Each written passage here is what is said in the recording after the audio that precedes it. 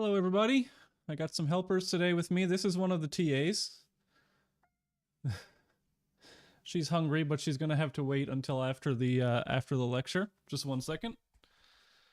Oh my. And here's the other TA for the course. They were both at the vet this morning, so I just had them in my office here, keeping track of them to see how they're doing. Hope everyone is doing well.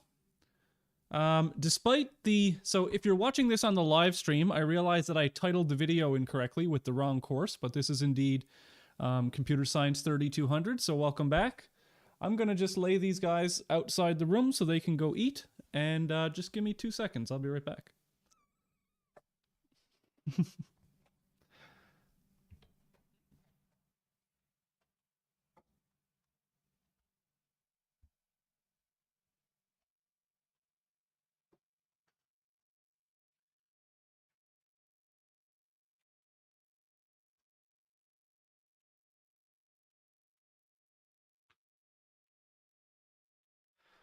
All right, so hope you enjoyed the TA special appearance. Where are we today? Here we go.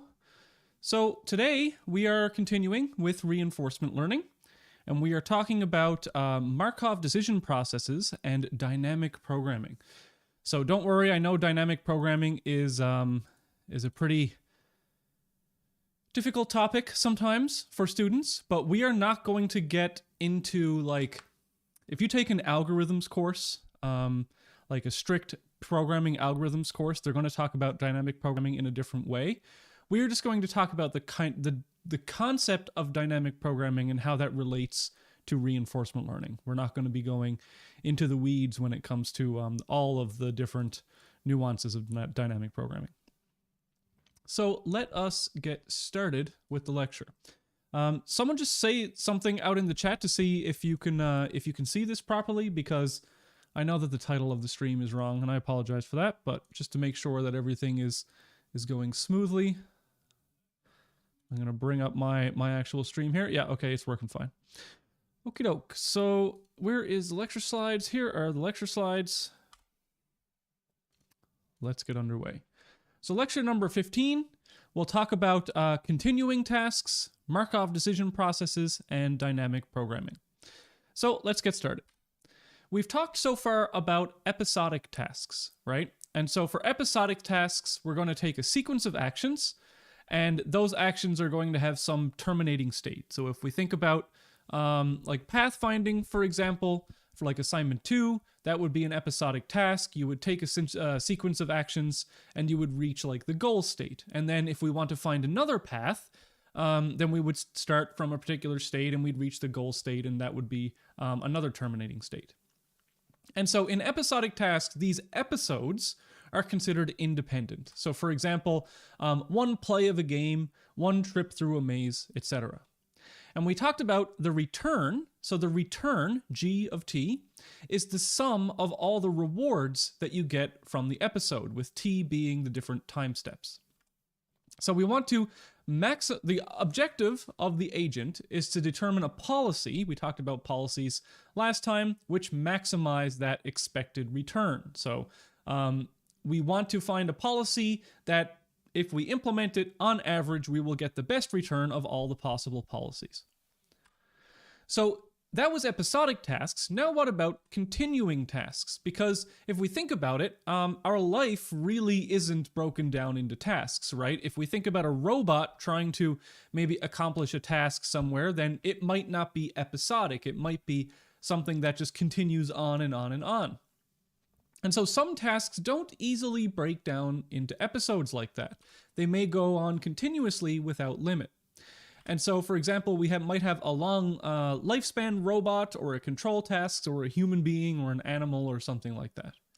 And so the episodic return formula doesn't work because you have this like infinite sum that you have to do. And we can't sum infinitely many things. We're not mathematicians, right?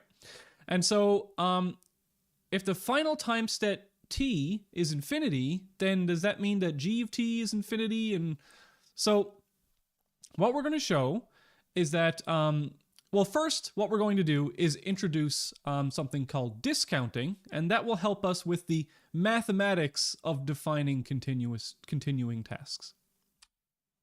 So, what is discounting? The agent is trying to select actions that the sum of discounted rewards is maximized, okay? So what discounting is, it's a value gamma between 0 and 1 that we put into this formula. So if we take gamma out of here, then we essentially have this formula, right? So if we take this formula and we introduce this new gamma, so every term, we have gamma to the power of an increasing power. And this is just called the discounting rate. So what does the discounting rate mean? Oh, up here behind my face, you've got that same formula. The discounting rate determines essentially the present value of future rewards. And a reward that you get k time steps in the future is worth only gamma to the power of k minus 1 as if it was immediate. So let's just have a look at this and try and understand this intuitively, what gamma is doing here, okay? Now, we may not always use gamma, but what we're doing is we're introducing this so that we can vary it over time, right? So if gamma is 0, what does this formula become? Okay, so if gamma is 0, it means that every term except the first is 0, right? So if gamma is 0, we only care about the next reward and none of our future rewards.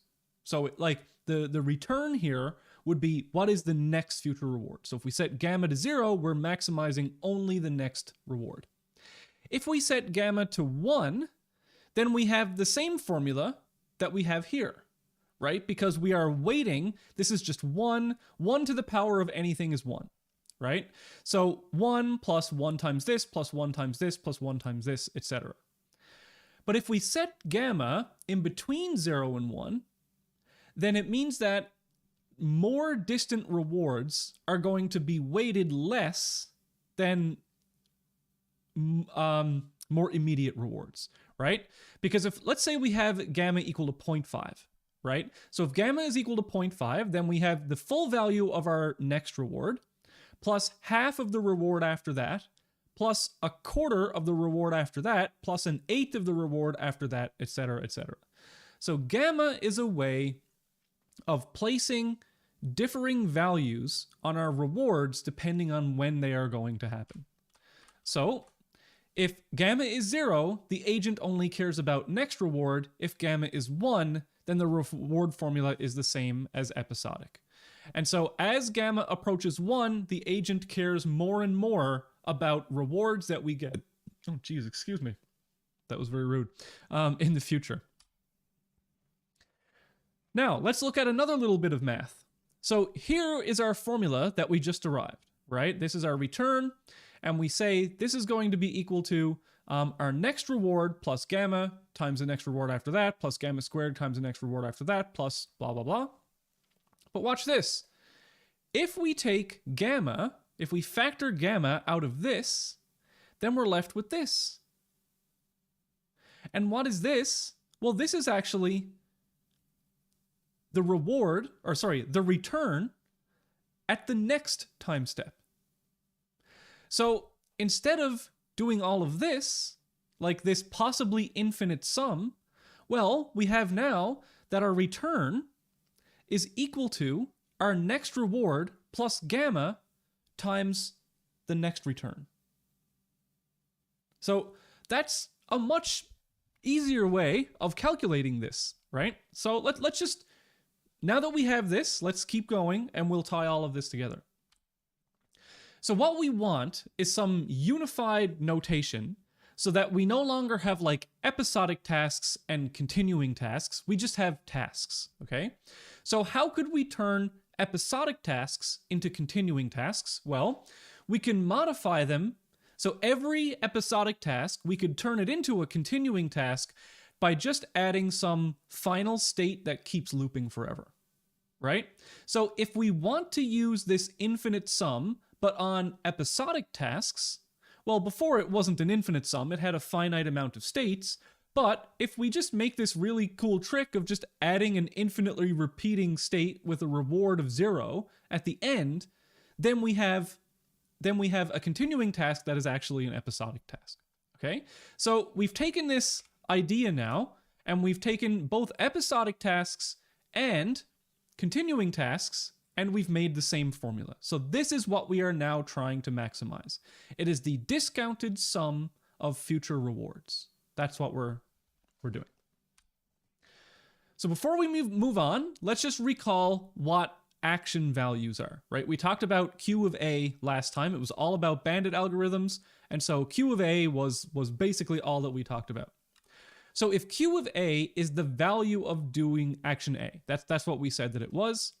So the value of a specific action will vary depending on the state that it was issued.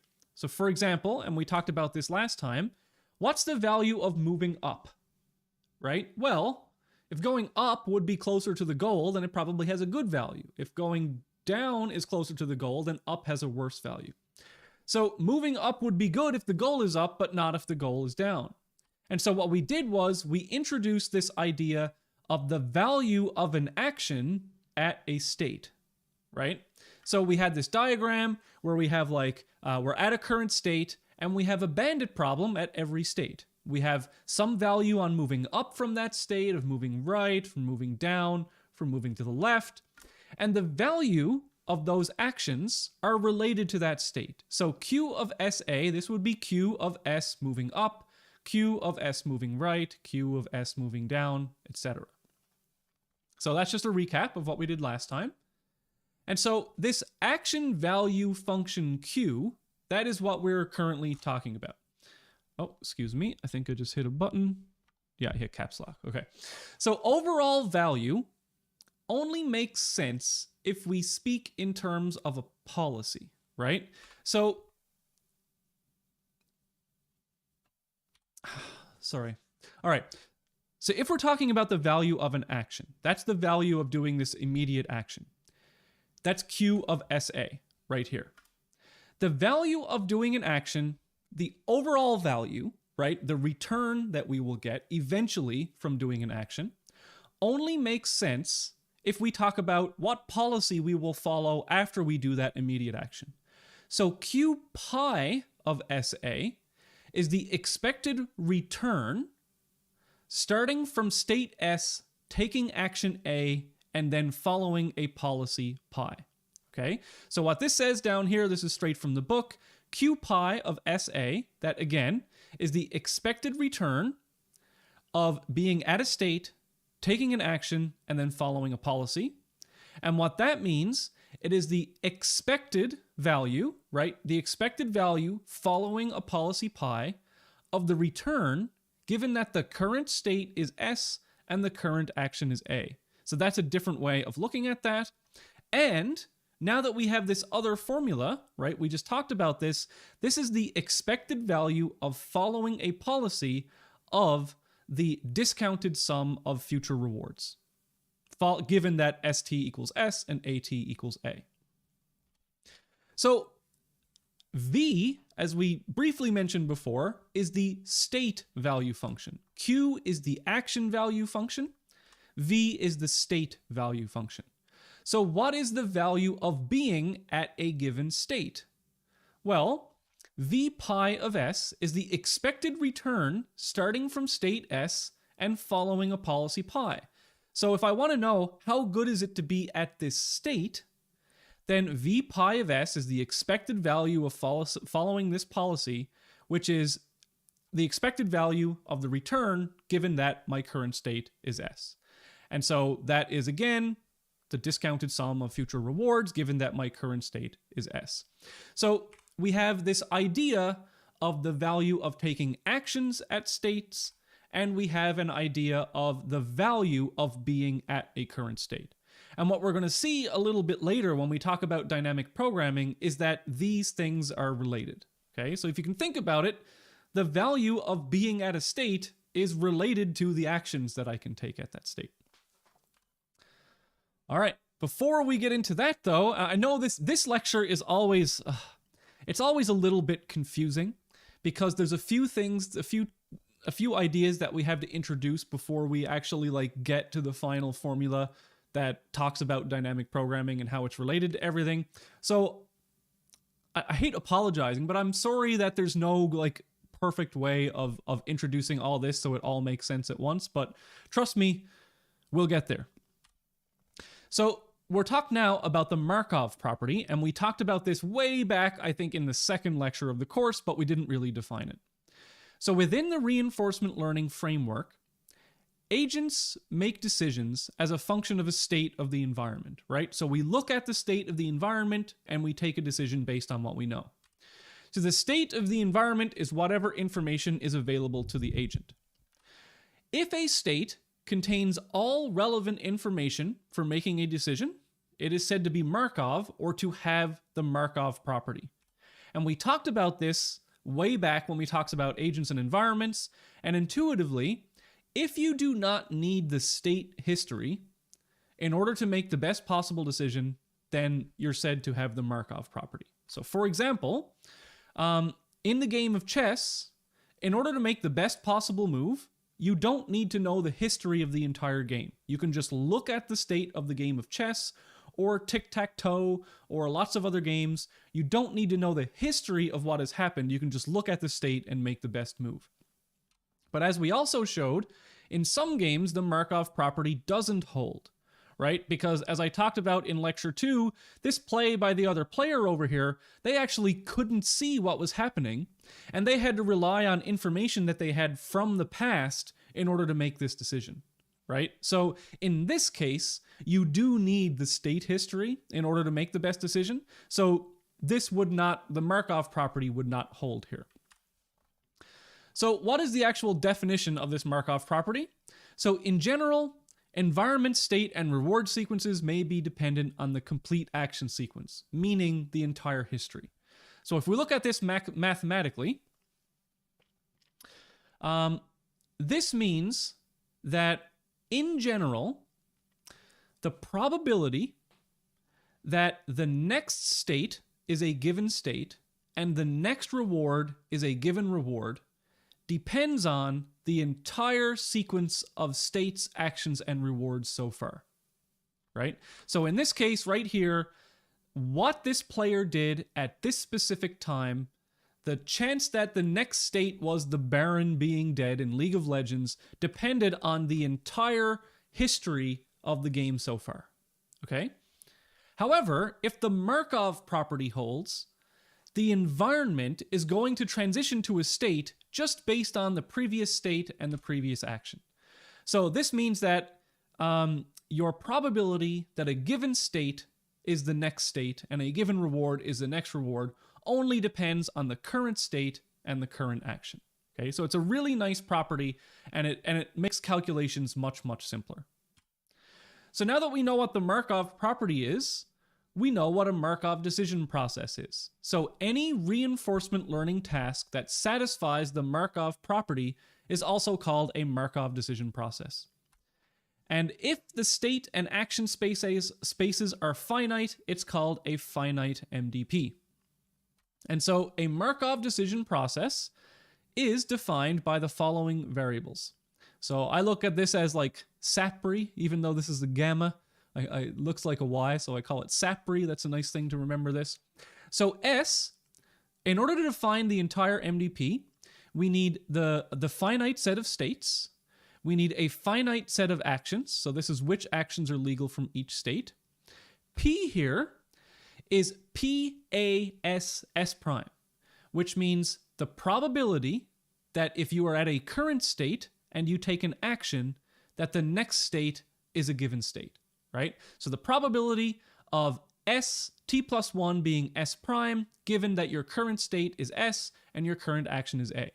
So that's a probability because, for example, let's say we're playing blackjack, right? So if we're playing blackjack and I have 20 and the dealer has a 6, well, if I say hit me, right? So I have a 20 and the dealer has a 6, that's the current state. I say hit, so I'm going to get another card. The probability that the next state is me winning the game or losing the game is like there's a probability there, right? The environment may have some randomness to it. Versus if we're just doing pathfinding and I have a given state, like I'm at location 0, 0, and I take the action of moving right, then I have a 100% probability of just moving to the right? So, but in general, this could be probability based. And is the reward function. So this can be seen as the state transition function. And this is the reward function. And it says this is the reward after being at state S, taking action A, and transitioning to state S prime. That's pretty easy. And we have gamma, which is a real number between 0 and 1, which is our discounting factor. And so the entire MDP problem, it's the same thing as the reinforcement learning problem, is we're trying to figure out a policy, pi, that maximizes the sum of future returns, the discounted sum of future returns. And the cool thing is that this can be solved by dynamic programming if we have a model of our environment. So what the hell does that mean? Well, I'm going to give an example. I'm going to give a basic example of it, and I want you to understand the basic example, but it can also get quite complicated, and we're not going to go into that. I just kind of want you to know what dynamic programming is in relation to all this stuff. So dynamic programming, what it is, it's essentially a collection or a genre of algorithms that can compute optimal policies, giving a perfect model of the environment as an MDP. So the main idea is that my value of a current thing that I'm trying to compute is somehow related to the value of the neighboring states. So we can use dynamic programming to compute the value function and then use the value function to compute the policy. So all these definitions are a little bit confusing. Let's look at an example. So we've been looking at this example a whole bunch of times, but it's a good example. So let's say I'm doing a pathfinding problem, right? So it may not, or I'm in a grid world. It doesn't necessarily need to be pathfinding, but I'm at a current state and I can move in different directions. So I have n actions here. I have action 0, action 1, action 2, and action 3. So let's say the whole thing about dynamic programming is that the value of my current state is somehow related to the value of the states around me, right? So think about this in terms of the real world. If you are like at the edge of a cliff, right? And you're on a unicycle. The value of being near the edge of a cliff, right, is directly related to the value of being falling off the cliff, right? If there's fire all around you, then the place you are is probably pretty bad as well. So that's kind of an analogy to what I mean. So let's have a look. Let's say we're at a current state and we don't know the value of being at this current state, okay? But what we do know is the value of our neighboring states, right? So let's say the value of this state is 20, the value of this state is 30, the value of this state is 10, and the value of this state is 0. And I want to figure out what the value of this state is. Now, the thing is, in order to figure that out, I need to know what my action probabilities are. What is my policy here, right? Because, for example, if my policy always takes me to the left, well, then the value of this state is going to be equal to the value of this state, right? Because the value of where I am is essentially the value of where I'm going to be, right? And if I know I'm always going to go here, then that's my value. But my policy might not be deterministic. It might be probabilistic. So maybe, for example, I have a random chance of picking any action. So let's have a look at that. If my policy is that I have equiprobable actions, it means that with probability 1/4, I'll move up, probability 1/4, I'll move right, move left, or move down. So here are my probabilities. And so what I'm essentially going to do is, okay, if I have a 1/4 chance of moving in any given direction, then it's basically the average of moving to all of these things, right? So I can say, okay, the value of the state up here is 20, and I have a 1/4 chance of moving there. So I'm going to sum that with 10 divided by 4, 0 divided by 4, and 30 divided by 4. So all my surrounding states have values, right? I multiply those values by the probability of going there, and then I sum all those values up. And if I take this, so this would be what? This is 20 divided by 4 is 5, and 40 divided by 4 is 10, and so the value of being at this state is 15 if I have an equiprobable random policy. Okay, so I hope that's makes it a little bit more clear. What I'm trying to say about dynamic programming is that if you're ever in a given situation, then you can figure out the value of being in that situation by looking at the neighboring states and your policy and seeing where you will end up. So this whole idea, this is a screenshot from assignment 5. We'll talk about assignment 5 a bit later. I think it's a week from now that we're talking about it. But what dynamic programming is basically saying is that the value of states are related to the value of neighboring states. So if I look at this, what I've done here is this is a grid world pathfinding problem, and you're essentially trying to come up with a policy that guides this agent toward these blue goals, okay? And what I've done here is I've just colored all the different squares, all the different states in the environment, a darker shade of red if they are further away from the goal, right? And so actually that happens to be the value. So the value here, if we move, we get a -1 reward. The value is essentially equal to the distance from the goal. So if, for example, if I didn't have a color on that particular square, if that was like grayed out, and I asked you, what is probably the color of that square? You'd probably be able to say, well, that's a little bit red. That's probably a darker red, right? If I asked you, what is the color of this square? You'd probably look and say, okay, well, this square is like pink, this is pink and white, this is pink and white, this is pink. So this is probably halfway between pink and pinkish white, right? Down here, like, okay, now we've got some sort of salmon color going on. So what you're doing as a human, all over the place in the real world, is you are able to look at a situation and determine its value based on the value of surrounding situations, right? So that's what's happening here. And it's really easy when you have colors like this. So someone just said, yeah, I know the title is wrong. Once the lecture is done, I'm going to change the title and it'll be fine. So it's only going to be the title of the lecture as of the time of the recording is incorrect. But if you're watching the recording, then it'll be fixed. But thank you for reminding me. So the whole point here is that as a human, you can look here and like say, oh, well, the color of any state is going to be closely related to the colors of the other states. And that's this exact problem, except the color is the value, right? So numerically, we can look at our surrounding states and get that. And here's just another example, right, where we have another pathfinding problem.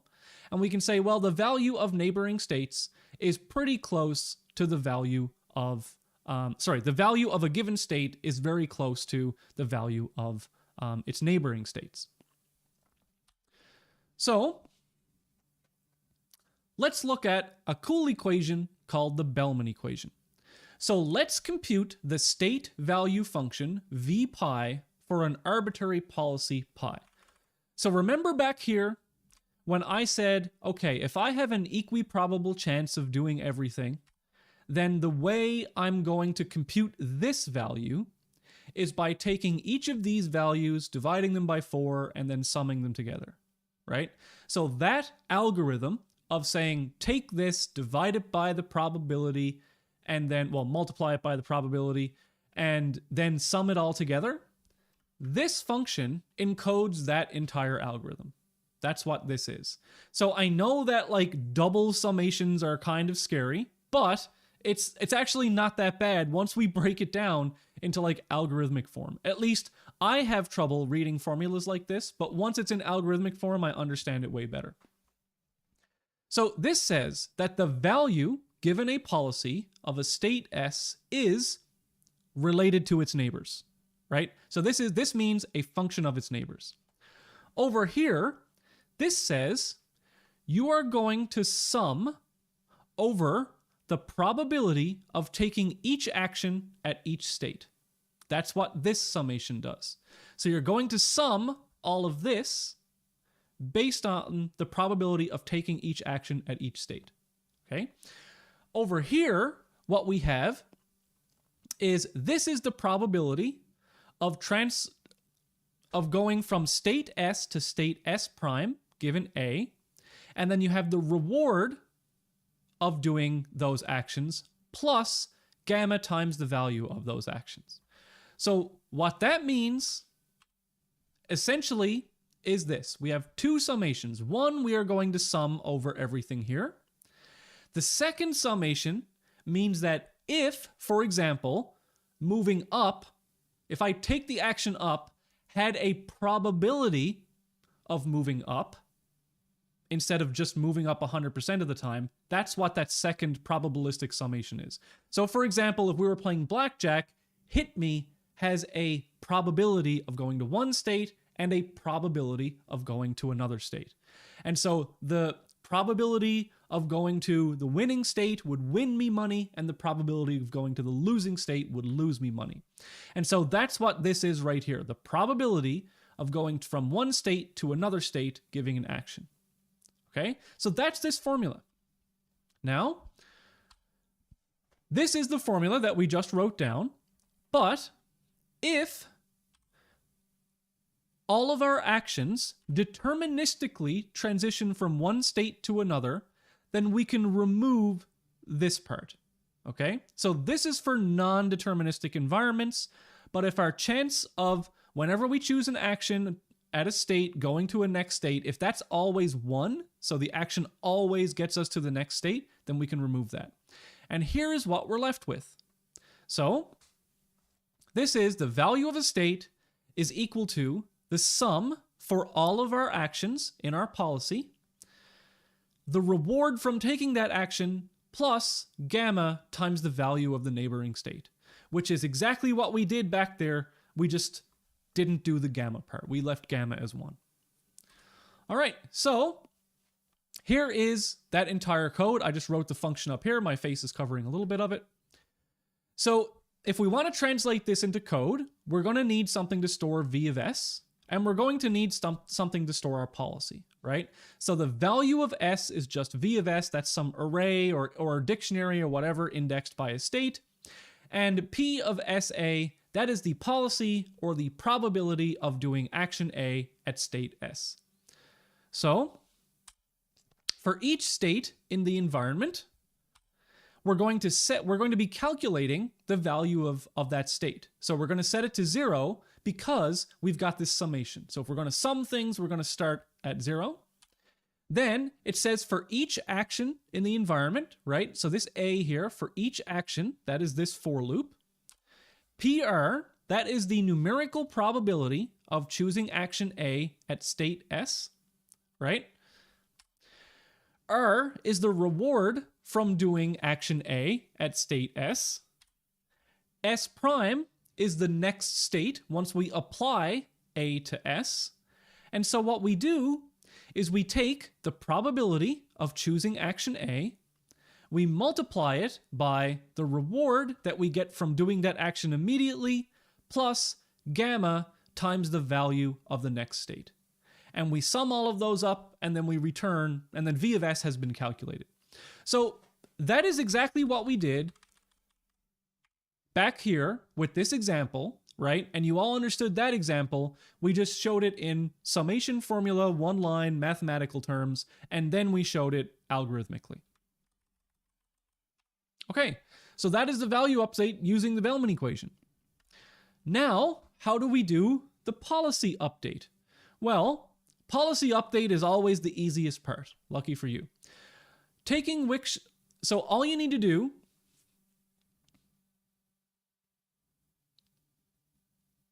God, why is it phrased like this? I'm going to rephrase this. take action.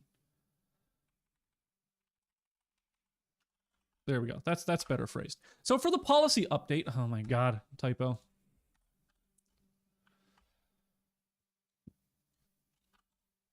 All you have to do to update your policy is take the action at state S that has the highest value, right? So we just computed this. If we want to know the value of doing an action at a state, we look up the value of the resulting v of s prime, right? So to update the policy to choose the action that yields the highest value, we just look at all of our QSAs and choose the max A. That's it. So the next policy, prime is the next one, our policy update, the next belief of what we should do at S is the action that maximized Q of SA. So if we want to actually look at our policy update in code, here is how we do that. So P of SA, that is the probability of choosing A at S. Next, we are going to store an array of all of the things that gave us maximum values, right? So for example, let's say that going up and going left gave us the same value. Then we would essentially want to take up and left with equal probability. So for each action A at state S, compute the next state, right? So we take our state, we apply an action, we get the next state. We get the value, which is the value of that state. If that value is a new maximum, then we are going to push maximum values A. So if we have found a new maximum value, we push A, which is the action that generated that value. So at the end here, let's say, oh, I have an example after this, so I don't need to do that. Then, once we have all of our maximum values, for each legal action A at state S, if action A is in max vals, then the probability of choosing action A at a given state is 1 divided by the number of max vals. And that's it. So update the policy with equiprobable chance of selecting from all actions with the max value. So here's an example which makes this very easy to understand. Let's say we have 5 actions. Those 5 actions are A1 through A5 at some state S. Those are going to yield some new states, S1 through S5. And those states have values 10, 0, 10, 5, and 10. So if we look, taking action 1, action 3, and action 5 led us each to a value of 10, which is the maximum value. So the actions that maximized my value are A1, A3, and A5. So if we go back to this algorithm, at the end of this for loop, we should have this, A1, A3, and A5. And so the new policy should be with equal probability. We want to choose either A1, A3, or A5. So my new policy at state S is going to say, is this action in the max vals array? If it is, then my chance of choosing that action is 1 divided by the size of this array, which is 0.3333 repeating. So what this says is this part of the algorithm. If the action is in the maximum values array, then my probability of choosing that action is 1 divided by the number of actions that yielded the max value. And that's it. So just really quickly, once again, I have 5 actions. They produce 5 new states. Those states have these new values, 3 of which were equal to the maximum. So I record which action produced the maximum values, and then my new policy says take all of those maximizing actions with equal probability and 0 out the ones that didn't give me the maximum action. So now we can talk about value and policy iteration. Obtaining optimal policy over time involves these steps repeating multiple times. First, we update the value based on the policy. Second, we update the policy to to choose actions which lead us to maximum valued actions. So this is the reinforcement learning framework, essentially. So you are in an environment, you take an action, that action has some effect, it gives you a reward, you update your belief of the return or the value, then you update your policy to choose the thing with the maximum value, and then you start all over again with that new policy. So this repeats and repeats and repeats, and in the next lecture, is this lecture over already? Oh, wow, it is. This is a short one. So in the next lecture, I'm going to go over this value and policy iteration. It's called generalized policy iteration. And we're going to see exactly how that works and show the algorithm that we're going to be using in the next assignment. So possible exam questions from this slide. Know the difference between action value and state value. Know the definition and properties of a Markov decision process, which is essentially the reinforcement learning framework. We have a dynamic programming example calculation. So if I give you a diagram like this, and I give you the values and the probability of taking those actions and the reward and the gamma, you should be able to produce this, okay? And the very last thing, I had one last slide there. Oh yeah, so the policy update code as well. So you're going to be doing that in assignment 5, so you'll know it once you do assignment 5. Okay, wow, that was a really short one. I guess that's it for today. Yeah, okay. So that's it for today. Not too much in that lecture, but we will be jumping right into Monte Carlo methods in the next lecture. So then we have Remembrance Day. So 1 week from now, we have our, we don't have an official lecture. There is no lecture scheduled. But what I'm going to do is I am going to be doing a live stream on that day. And that is going to be our Assignment 3 Connect 4 in-class competition. So instead of taking my hard-earned day off, I'm gonna live stream the competition so that we can have some fun on that day. Completely optional. You don't have to be there live, but I'll announce it on Discord and you can tune in if you want to. All right. Thanks so much for tuning in. And yes, I know people keep saying the title is wrong. The title will be fixed within 1 minute of this video being posted. So don't worry about it. Thanks again, and I'll see you in the next lecture.